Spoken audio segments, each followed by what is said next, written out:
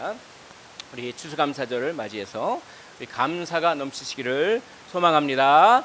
아멘. 성경은 감사를 강조합니다. 감사하는 것을 하나님의 뜻이라고 데살로니가 전서에서 이렇게 얘기하잖아요. 감사하는 것은 하나님의 뜻을 순종하는 일입니다. 그만큼 방해를 합니다. 감사를 못하게 악한 세력이 방해한다라고 하는 것을 전제로 하고 있어요. 그 방해를 뚫고 감사하기 위해서는 무엇이 있어야 됩니까? 힘이 있어야 됩니다. 힘이 떨어지면 감사가 잘 안 나와요. 그렇죠? 힘이 떨어지면 감사가 잘 안 나옵니다. 그래서 우리는 힘을 얻어야 감사할 수 있어요. 어떤 사람이 감사할 수 있습니까? 힘 있는 사람만 감사할 수 있단 말이죠. 그래서 우리가 힘을 공급받아야 됩니다. 그래야 감사할 수 있어요. 그러니까 범사에 감사라고 하는 것은 늘 힘을 공급받아라 이런 뜻이에요. 네 힘대로 살지 말라는 뜻이에요. 이게. 자, 그 힘을 어디에서 얻을 수 있습니까? 이거 아주 중요한 비결입니다. 우리는 힘을 어디서 얻을 수 있죠? 이야기에서 얻을 수 있어요. 이야기는 말이죠, 아주 놀라운 능력이 있습니다. 이야기는 사람에게 힘을 줘요. 그래가지고 이야기가 있어야 되는 거죠. 그래서 사람들은 외롭고 힘들고 어려울 때 카페에서 또 어디에서 이런저런 이야기를 하면서 위로를 받잖아요. 왜냐? 이야기하는 힘이 있기 때문에. 또 이런저런 책을 보고 인터넷을 보고 드라마를 보고 그 속에 나와 있는 이야기, 이야기를 통해서 힘을 받잖아요. 이야기는 능력이 있어요. 여러분 안에 이야기가 있어요. 스토리가 있어야 된다는 거죠. 그런데 그 모든 이야기 중에 정말 성경의 이야기는 영혼에 가장 근본적인 울림을 줍니다. 다른 드라마는 조금 힘을 주는 것 같아도 금방 공허해집니다. 그러나 이 성경의 이야기는 가장 근본적인 그 영혼에 울림을 주고 힘을 주는 것이죠. 그래서 믿는 사람들은 이 성경의 이야기 속에서 끊임없이 솟아나는 힘을 받게 되는 줄로 믿으시기를 원합니다. 이겨낼 힘과 또 감사할 수 있는 힘을 얻게 되는 거죠.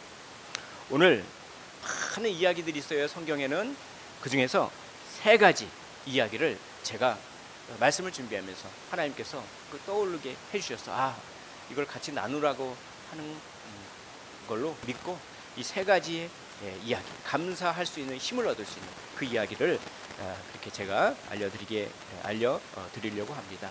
오늘 이 이야기가 우리 안에서 살아 숨쉬는 참 이야기가 되었으면 좋겠다라고 하는 마음이 있었습니다. 첫 번째 이야기는 하와의 이야기입니다. 한번 따라해 보겠습니다. 하와의 이야기. 창세기 3장 3절을 보시면 동산 중앙에 있는 나무의 열매는 하나님의 말씀에 너희는 먹지도 말고 만지지도 말라 너희가 죽을까 하노라 하셨느니라. 이게 지금 하와의 상태예요. 만지지 말라는 얘기는 하나님이 안 하셨어요. 근데 만지지 말라고 하는 얘기를 덧붙여요. 왜냐? 지금 감정이 별로 안 좋거든. 왜 저 선악과 못 먹게 해? 그래서 감정이 안 좋으니까, 감정이 안 좋으면 사람이 말을 더 많이 덧붙여요. 그렇죠? 그래서 만지지도 말라고 했잖아. 이렇게 불평. 그렇죠? 그러니까 선악과를 따먹으라고 말하기 전에, 유혹하기 전에 먼저 뭘 일으킵니까? 불평을 먼저 일으켜요. 불평을. 그러니까 하와가 불평하자 뱀은 기다렸다는 듯이 본색을 드러내는 거죠. 3장 4절, 창세기 3장 4절. 뱀이 여자에게 이르되 너희가 결코 죽지 아니하리라. 창세기 3장 5절에 보니까 너희가 그것을, 즉 선악과를 먹는 날에는 너희 눈이 밝아져서 하나님과 같이 되어 선악을 알 줄을 하나님이 아심이라. 그래서 하나님이 선악과를 못 따먹게 한 거야. 너는 하나님께 속은 거야. 너는. 이 말을, 불평을 먼저 일으킨 다음에 이 말을 한단 말이죠. 그래서 하와가 감사를 멈추는 순간, 그렇죠? 불평이 들어오고 죄가 들어왔습니다. 이 하와의 이야기를 통해서 우리는 하나의 원리를 알 수가 있습니다. 감사는 죄를 예방합니다. 우리가 독감 예방 주사를 맞죠. 무슨 백신을 맞죠. 그렇죠? 감사를 하면 예방 주사 맞는 거예요. 감사를 하면 불평의 마음이 없어집니다. 그러면 죄가 못 들어와요. 근데 뭔가 꼬여. 뭔가 불평이 있고 뭔가 내 심기가 불편해. 그러면은 너무나도 쉽게 자연스럽게 죄로 연결이 됩니다. 그래서 범사에 감사하라는 얘기는 죄를 예방하라는 뜻이에요. 그게 범사에 감사하십시오. 범사에 감사하면 뭡니까?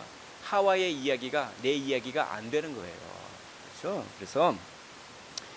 그래서 범사에 감사라고 이걸 주셨어요. 이게 뭡니까? 선악과. 이 선악과가 왜 선악과를 만들어 가지고 왜 그걸 따먹게 해가지고 죄를 저지르게 만들지? 아니에요. 선악과는 어떤 의미에서는 감사라고 주는 열매인 거죠. 왜냐하면 선악과는 그 선악과를 딱 보면서 너의 본분을 좀 알아라. 네가 너는 대리 통치자일 뿐이야. 진짜 통치자는 누구다? 하나님이다. 이걸 늘 기억하라는 것이죠. 그렇죠? 아담이 무슨 말을 하면 동물들이 말을 잘 들었어요. 그렇잖아요. 그러니까 아담이 마치 오해할 수가 있어요. 내가 진짜 통치자인 줄 오해하고 있는데 그게 아니야. 항상 저 선악과를 바라보면서 나는 대리 통치자일 뿐이야 라고 하는 너의 본분과 위치를 기억하고 네가 얼마나 많은 은혜를 받았는지 늘 뭐하라? 감사하라 이거예요. 근데 여러분 열매는 꼭 먹어야 됩니까? 열매는 꼭 먹어야 돼요? 그건 우리 고정관념일 뿐이죠. 그건 우리 판단일 뿐이죠. 하나님이 선악과는 먹는 열매로 지정해 주시지 않고 보는 열매로만 지정해 주셨어요. 그렇잖아요. 선과 악을 누가 결정합니까? 하나님이 결정하죠. 모든 법칙을 누가 만드십니까? 하나님이 만들죠. 열매는 꼭 먹어야 됩니까?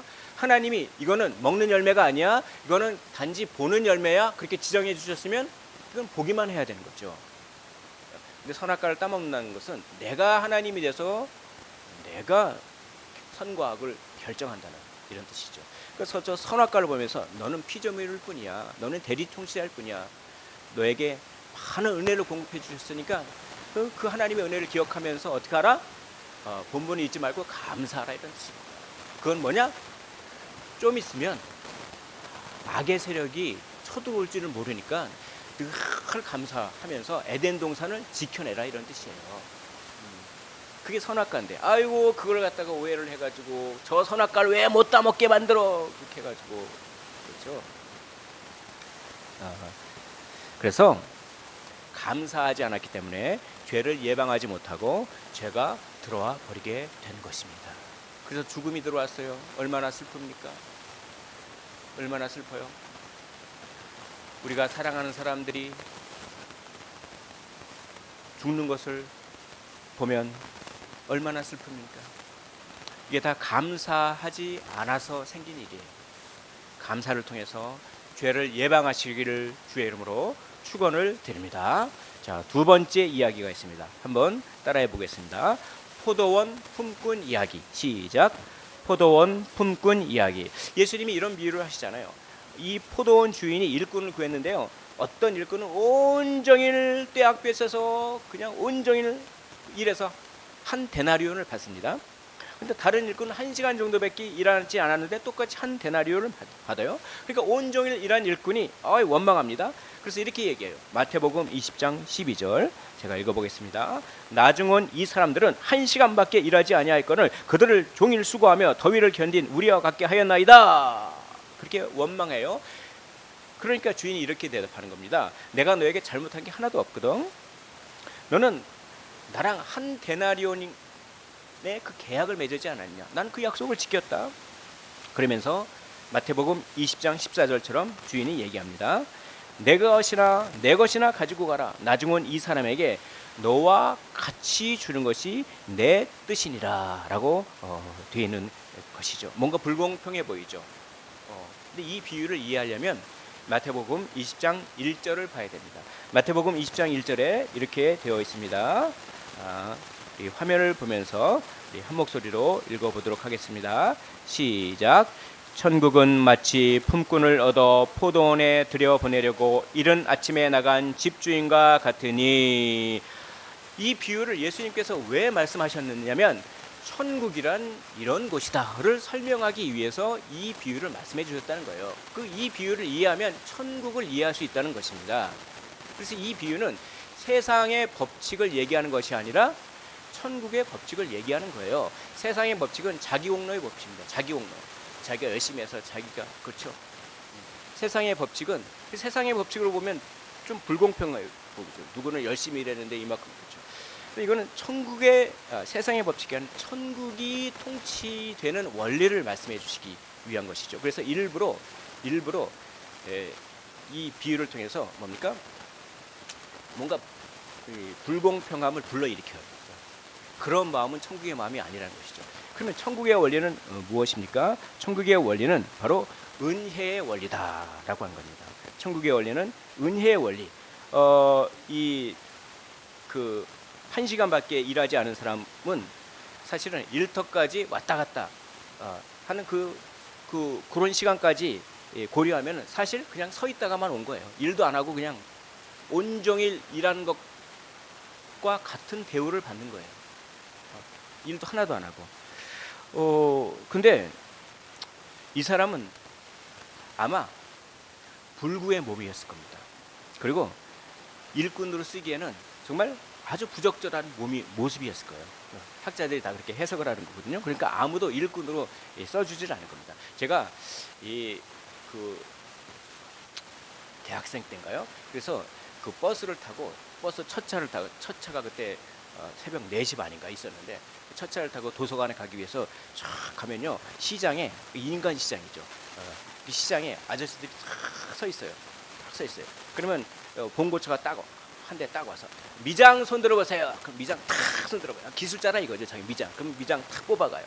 또 그다음에 뭐 손 들어보세요. 그럼 탁 그리고 이제 아무 기술이 없는 사람은 그냥 이제 시멘트 날르고 뭐 하는 거죠. 그래서 잡부로 다 데려가요.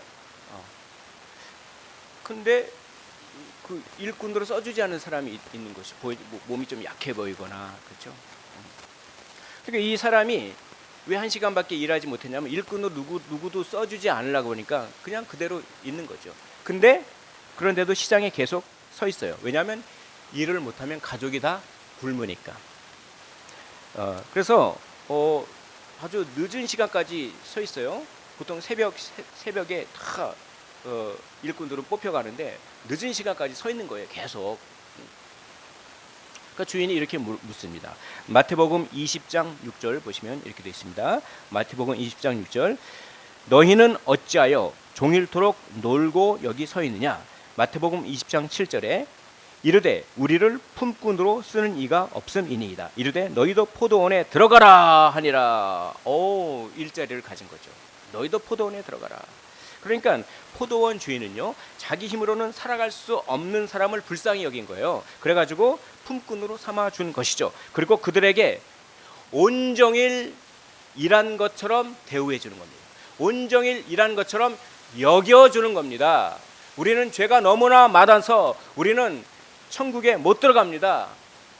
우리는 천국에 못 들어가요. 근데 우리가 천국에 들어갈 수 있을 정도로 죄가 하나도 없는 것처럼 우리를 여겨주는 거예요. 왜요? 예수님을 믿었기 때문에. 우리 공로로는 천국에 못 들어가요. 우리 공로는 못 들어갑니다. 우리는 매일 거짓말하고 매일 속으로 누굴 미워하고 그렇습니다.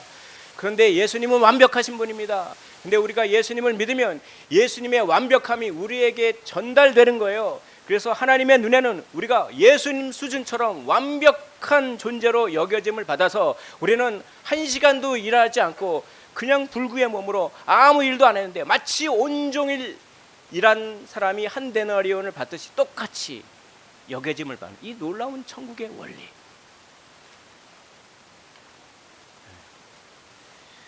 그래서 이게 이 천국의 원리죠. 이 원리를 잘 나타내는 말이 있어요. 이 말이 뭐냐면요, 마태복음 20장 16절입니다. 마태복음 20장 16절, 우리 화면을 보시면서 한 목소리를 읽어보겠습니다. 시작. 이와 같이 나중된 자로서 먼저 되고 먼저 된 자로서 나중되리라. 이 말이 무슨 말입니까? 이 말이 무슨 말이죠? 나중된 자, 먼저 된 자, 그런 개념 자체가 없는 곳이 천국이라는 거예요. 천국은 상대 비교의 원리가 통하지 않는 곳이라는 뜻입니다. 이 땅에서는 너 잘났니, 내 잘났니, 내가 너보다 요만큼 더 잘났니, 상대 비교요, 자기 공로, 그런 원리로 돌아가지만 천국에는 상대 비교의 원리도 아니고 자기 공로의 원리도 아니고 오로지 은혜와 사랑의 원리로 통치된다는 뜻을 이렇게 말씀하신 거예요. 우리는 얼마나 비교를 함으로써 자기 자신을 불행하게 만듭니까? 비교하는 순간 불행해져요. 아니면 비교하는 순간 교만해지거나 둘 중에 하나입니다. 비교는 하나님과만 하는 거예요. 하나님께 거룩하심에 나를 비교하는 거죠. 그럼 회개가 터져 나와요. 그럼 내가 삽니다.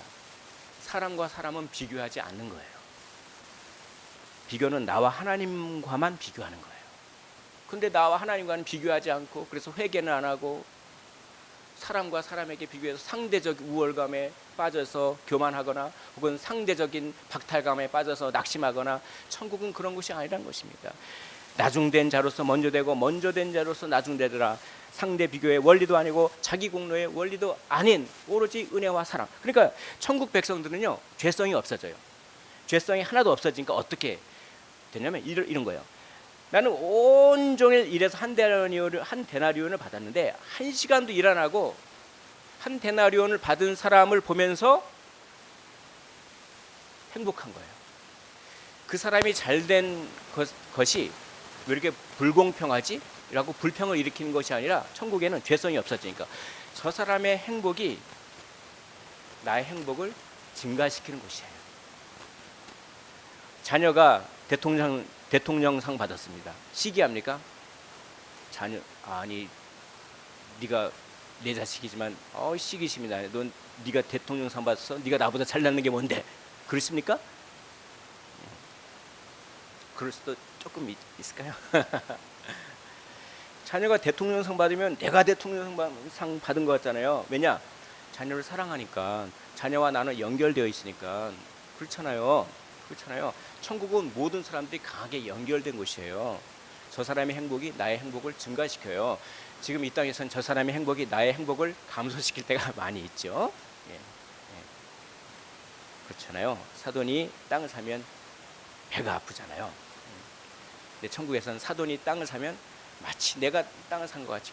왜? 죄성이 없어지니까. 그러니까 천국은 상대 비교의 원리, 자기 공로의 원리가 아니라 사랑의 원리, 은혜의 원리입니다. 모두 다 은혜를 받았고 모두 다 사랑을 받았다라고 하는 것이죠. 만일 이 본문을 읽으면서 왜 이렇게 불공평해? 이건 너무나 불공평하다 라고 하는 느낌을 받는다고 하면 천국의 원리를 이해하지 못하는 것입니다. 그러니까 이 비유는 일부러 수수께끼예요. 너의 마음은 무엇이냐 지금. 그렇죠? 우리의 마음이 자기 공로의 원리 혹은 상대 비교의 원리에 의해서 움직이고 있다면 그것은 천국의 통치를 받지 않고 있는 것입니다. 우리의 삶을 사랑의 원리, 은혜의 원리로 정말 통치 받았으면 좋겠습니다. 그러니까 이 천국에 들어간 사람들은 어떤 사람만 천국에 들어갈까요? 두 종류의 사람이 있습니다. 한 사람은 온종일 일했어요. 내가 열심히 일했어. 내가 한 데나리온 받았어. 한 사람은 나는 일도 한 것도 없는데 한 데나리온 받았는데 이거는 너무나 나한테 과분한 거고 나 너무나 감사하다. 천국에는 어떤 사람만 모여 있을까요? 1시간밖에 일하지 않았지만 한 데나리온 받은 사람들만 모여 있을까요? 아니면은 자기가 자기 힘으로 온종일 일해서 한 데나리온을 받고 나는 이게 내 권리야라고 주장하는 사람들만 모여 있을까요? 천국에는요 1시간밖에 일 안 했는데, 그렇죠? 마치 내가 온종일 일한 것과 같은 대우를 받는다고 자기 자신을 그렇게 인정하고 고백하는 사람만 천국에 있어요. 그러니까 뭐만 넘치죠? 감사가 넘치는 거예요. 나는 일도 안 했는데 왜 나에게 온종일 일한 것처럼 그렇게 한 데나리온을 주십니까? 나는 하나님의 말씀을 이렇게 지키지도 않고 나는 어제도 죄, 그제도 죄, 내일도 아마 죄를 질 거고 나는 성령의 열매를 하나도 맺지도 않고 오래 참지도 못하고 온유하지도 못하고 화만 내고, 근데 나를 누구처럼요? 예수님처럼 여겨주신다고 하는 것입니다. 그러니까 감사가 넘치죠. 자, 여기서 이 포도원 품꾼의 이야기를 통해서 우리는 두 번째 원리, 감사는 천국의 삶의 방식이다라고 하는 뜻입니다. 우리가 감사가 넘치면 우리는 어디에서 살고 있는 것입니까? 천국에서 사는 것입니다. 범사에 감사라는 얘기는 이렇게도 번역할 수가, 이렇게도 해석할 수가 있어요. 항상 천국의 삶을 살아라 이런 뜻입니다. 감사는 천국의 삶의 방식이에요. 자, 세 번째 이야기, 예수님의 감사 이야기입니다. 한번 따라해 볼까요? 예수님의 감사 이야기. 시작. 예수님의 감사 이야기. 이 예수님은 범사에 감사하셨어요. 모든 일 감사하셨습니다. 예수님이 감사하셨다라고 하는 말을 신약 성경에서 4번 나와요. 4번. 요한복음 6장 11절에 이렇게 되어 있습니다. 오병이어 사건이죠. 예수님께서 떡을 가져 축사하되, 이 축사라고 하는 말은 감사하셨다 이런 뜻이에요. 감사한 겁니다. 축사 후에, 감사한 후에 앉아있는 자들에게 나눠주시고 물고기도 그렇게 그들에게 원대로 주시니라 라고 하셨죠. 이건 뭐냐? 아주 초라한 음식. 아니 이 5천 명을 먹이는데, 그렇죠? 남자만 5천이고 5천 가정이죠. 2만 명을 먹이는데 물고기 5병이요, 떡 5개야, 물고기 2마리 가지고 어떻게 이 5천 명을 먹입니까? 불평부터 나와요. 누구든 제자는 불평부터 나옵니다. 근데 예수님은 감사부터 나옵니다. 사랑하는 성도 여러분, 어떤 상황이 닥쳤을 때 불평부터 나오십니까? 감사부터 나오십니까? 예수님은 먼저 감사부터 나와요. 감사가 기적의 씨앗인 줄 믿으시길 원합니다. 모든 기적의 출발은 어디서부터 출발하나요? 감사로부터 출발합니다. 감사하십시오. 기적을 경험하게 될 줄 믿으시기를 원합니다. 불평은 계속 자기를 감옥 속에다 집어넣잖아요. 스스로 고립되게 만들잖아요. 예수님은 먼저 감사하셨고 있는 것에 감사하셨어요. 아니 이 오병이어밖에 없는데요 라고 하면서 불평했던 제자들과 달리 그 있는 것에 감사하셨어요. 그리고 주신 것에 감사하셨어요. 내가 지금 있는 것, 내가 주신, 내가 나한테 지금 주신 것에 감사하셨으면 좋겠어요. 그러자 기적이 일어난 것이죠. 또 예수님이 감사하시는 두 번째, 마태복음 11장 25절 말씀 이렇게 되어 있습니다. 그때 예수께서 대답하여 이르시되 천지의 주제이신 아버지여, 이것을 지혜롭고 슬기 있는 자들에게 숨기고 어린 아이에게는 나타내심을 감사하나이다. 이건 무슨 말이냐면 예수님께서 기적을 그렇게 베풀었어요. 가버나움, 고라신 뭐 이런 데서 막 기적을 베풀고 병자를 고치고 그러면 거기에 믿는 사람이 많아져야 됩니까? 우리 상식적으로는 많아져야 되잖아요. 예수님께서 막 병자도 고치고 죽은 자도 살리시고 기적을 많이 베풀면 그 지역에서 예수님을 믿는 믿음의 사람들이 많이 생기면 좋은데 이 기적과 믿음은 별 상관이 없는 거예요. 기적을 경험했다고 믿음이 생기는 게 아니라 은혜 받아야 믿음이 생깁니다. 그렇게 기적을 많이 베푼데도 불구하고 고라신과 가버나움 이런 사람들이 믿음이 없어요. 그러니까 하나님 예수님이 생명하시잖아요. 이 고라시나 이 가버나움아, 만약에 여기에서 했던 기적을 저 소돔과 고모라에서 했으면 그 사람들도 회개했을 것이다. 그만큼 많은 기적을 베풀었는데 너희는 믿는 사람들이 없냐? 저 같으면 실망했을 거예요. 그래서 이 보람의 우상이 있죠. 보람이 안 느껴진다고 실망하는. 제가 한동안 거기에 빠졌던 것 같아요. 보람으로 일하는 것이 아니라 사명이니까. 그러니까 뭡니까? 그렇게 실망할 법도 해요. 근데 감사하는 거예요. 근데 가만 보니까 여기 고라시나 가버나움은 믿는 사람이 하나도 없는데 여기 믿는 사람들이 그 지역은 아닌데 작은 어린아이 같은 몇 사람이 믿어요. 그렇죠? 그러니까 실패 속에서도 감사를 잊지 않고 뭡니까?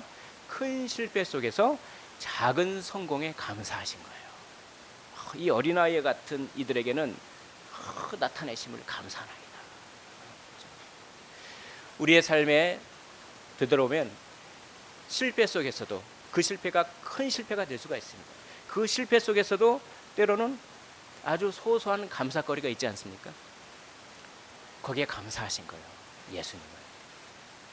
또 요한복음 11장 41절에 죽은 나사로를 만나셨을 때 이렇게 얘기합니다. 돌을 옮겨 놓으니 예수께서 눈을 들어 우러러 보시고 이르시되 아버지여, 내 말을 들으신 것을 감사하나이다. 슬픔 속에서 감사하셨어요. 초상집에 가서 초상집에는 어울리지 않는 금기시되는 언어, 감사라고 하는 말을 주저없이 사용하시는 것이죠. 왜냐? 죽음 이후에는 부활이 있고요, 그리고 영생이 있고요, 죽음 이후에 하나님이 계시기 때문에 이게 슬퍼할 일이 아니라라고 하는 것입니다. 슬픔 속에서도 예수님은 감사하신 것이죠. 이 세상에 슬픈 일이 너무나도 많지만 그 슬픔 속에서는 하나님의 선하심이 들어있는 줄로 믿으시기를 원합니다. 그러면서 감사가 넘치셨으면 좋겠어요.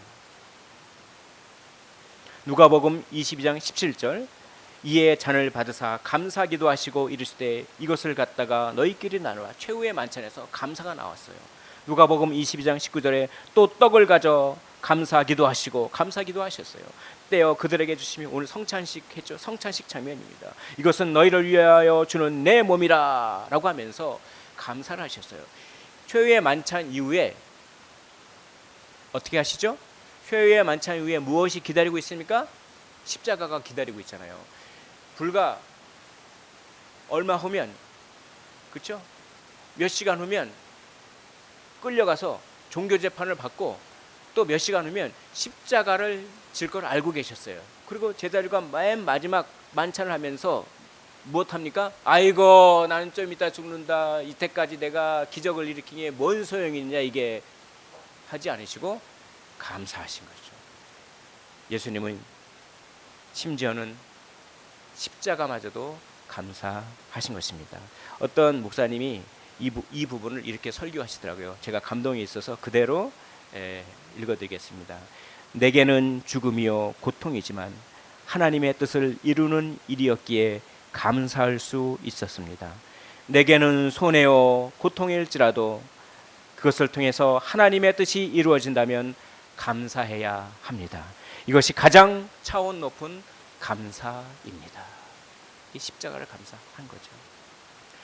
예수님은 범사에 감사하셨는데 한 가지 공통점이 있었습니다. 예수님은 미리 감사하시고 먼저 감사하시고 있는 것에 감사하시고 주신 것에 감사하시고 큰 실패 속에서도 작은 성공에 감사하시고 슬픔 속에서도 감사하시고 십자가마저도 감사하셨는데 그 모든 것의 공통점은 뭐냐? 하나님의 뜻이 어떤 환경 속에서라도 이루어질 것을 소망하면서 늘 하나님을 바라보셨다고 하는 공통점이 있어요. 그래서 하늘을 우러러보세요. 항상 하늘을 우러러보십시오. 보이는 현실 너머에 있는 하나님을 바라보셨던 것입니다. 그러므로 감사가 나오는 거죠. 여러분, 고난의 앞면을 바라보지 마시고 고난의 뒷면을 바라보는 것입니다. 고난의 앞면은 너무나도 힘들어요. 내가 이걸 어떻게 감당하지? 그러나 그 고난의 뒷면을 보십시오. 고난의 뒷면에는 뭡니까? 하나님의 선하신 뜻이 기다리고 있습니다. 고난의 앞면을 보지 마시고 고난의 뒷면, 고난의 뒤편을 보시길 바랍니다. 예수님은 고난의 앞면을 보시지 않고 고난 뒤에 계시는 하나님의 선하심을 바라보셨던 것입니다. 예수님의 눈은 항상 하나님을 향해 있었습니다. 하나님이 하실 것이라고 하는 신뢰와 소망으로 충만했습니다. 그래서 감사의 삶을 사셨고 십자가마저도 감사하셨습니다. 주님은 십자가라고 하는 그 현실 너머를 바라보셨던 것이죠. 참혹한 십자가 너머에 찬란한 천국과 구원이 있음을 믿음과 소망의 눈으로 보신 것이죠. 그 찬란한 천국에 누가 삽니까? 내가 살아요. 그렇게 감사하지 못했던 나, 원망과 까탈스러움이 넘쳤던 나, 남을 힘들게 하고 자기도 힘들게 했던 나, 그런 내가 어울리지도 않는 구원과 합당하지도 않는 천국, 마치 1시간밖에 일하지 않았지만 한 데나리온을 받은 자 같은 나, 그 내가 천국을 받아 누리는 것을 하나님은, 예수님은 먼저 보신 거예요. 그 십자가 너머에 있는 여기 계신 분들이 천국에 들어가는 모습을 먼저 보신 거예요.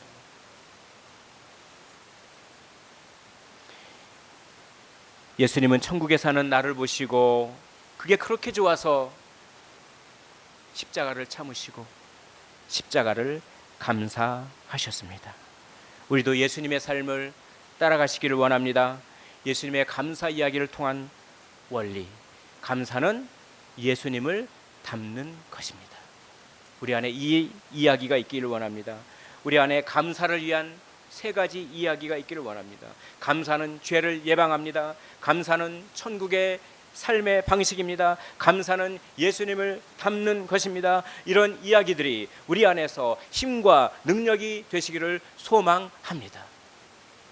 그래서 감사로 제사를 드리시고 감사가 정말 주체할 수 없어서 막 흘러나와서 다른 사람도 감사하게 만드는 거룩한 영향력을 끼치시길 주님의 이름으로 축원을 드립니다.